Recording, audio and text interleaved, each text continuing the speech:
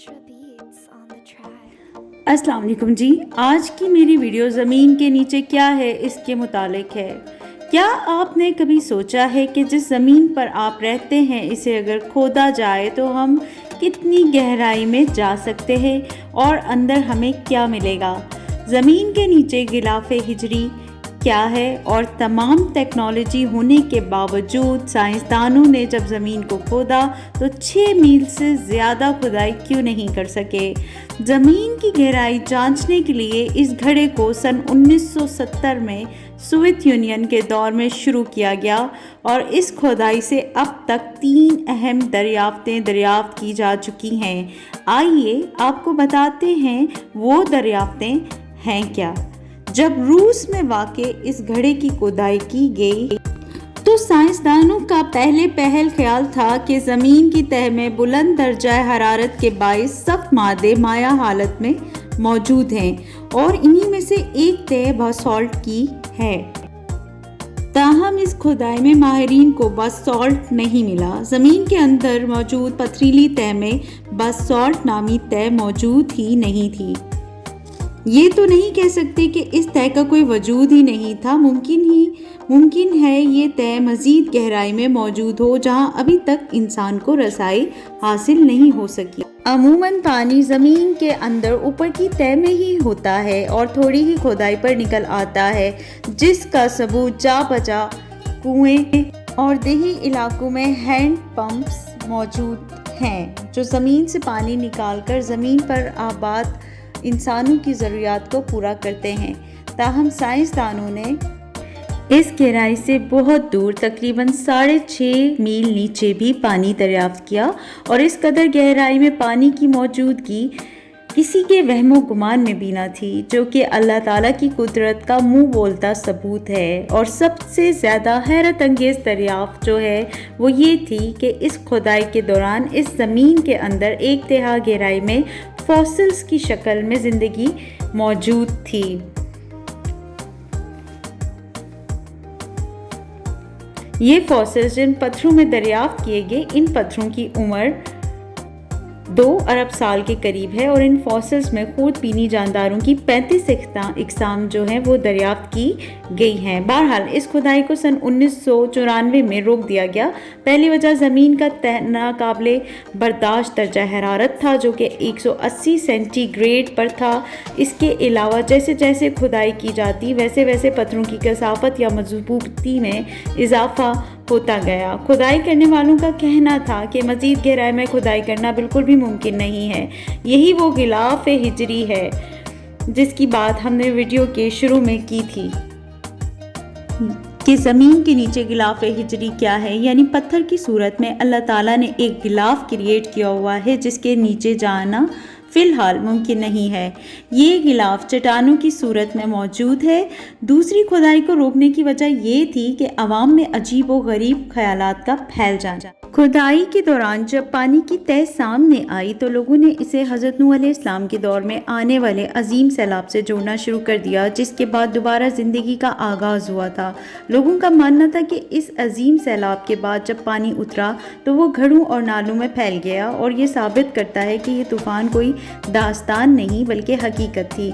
माहिरीन का कहना है जहाँ तक वो खुदाई कर चुके थे इससे आगे निकलना जहन्नुम की तरफ जाने के बराबर था, जो इनके ख्याल में ज़मीन के अंदर ही मौजूद है।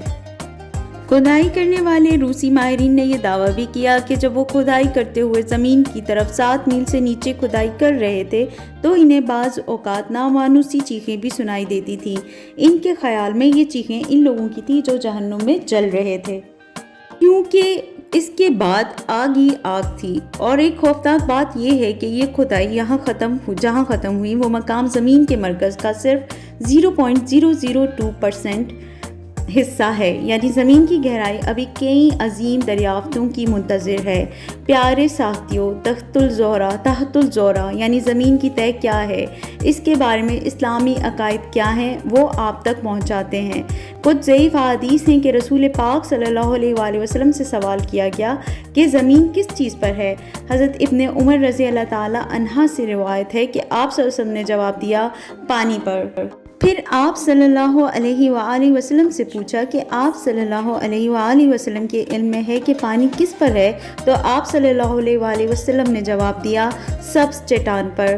پھر آپ صلی اللہ علیہ وآلہ وسلم سے پوچھا گیا کہ یہ چٹان کس پر ہے؟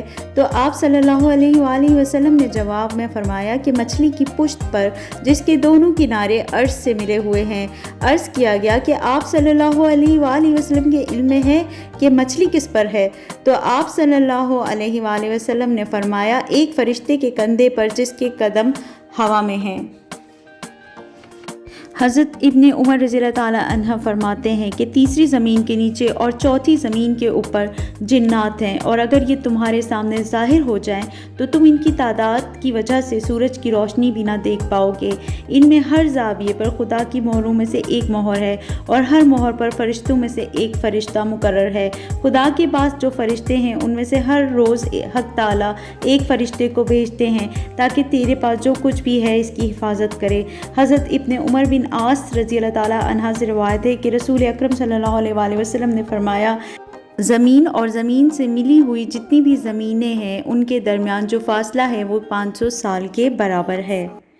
قرآن مجید میں اللہ تعالیٰ نے سورہ طلاق کے اندر زمین کے بارے میں اشارت دیتے ہوئے فرمایا ہے، اس آیت کا مفہوم یہ ہے، اللہ ایسا ہے جس نے 7 آسمان پیدا کیے اور انہیں کی طرح زمینیں بھی۔ اس آیت سے یہ تو پتہ چل گیا کہ جس طرح آسمان 7 ہیں ایسے ہی زمینیں بھی 7 ہیں۔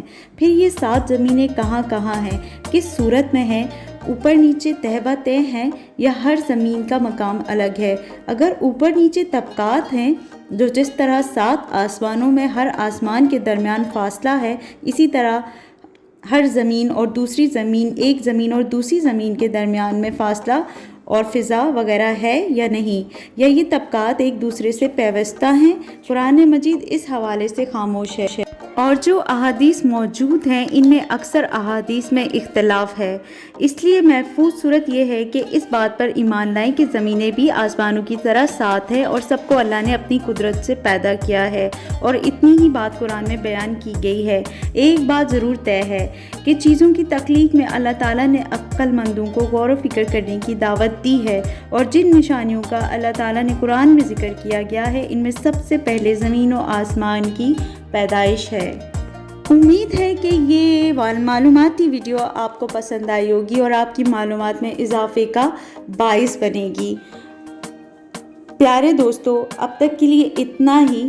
آخر میں یہی کہنا چاہوں گی، do not walk proudly on the earth, your feet cannot tear apart the earth, nor are you as tall as the mountains. Thank you very much.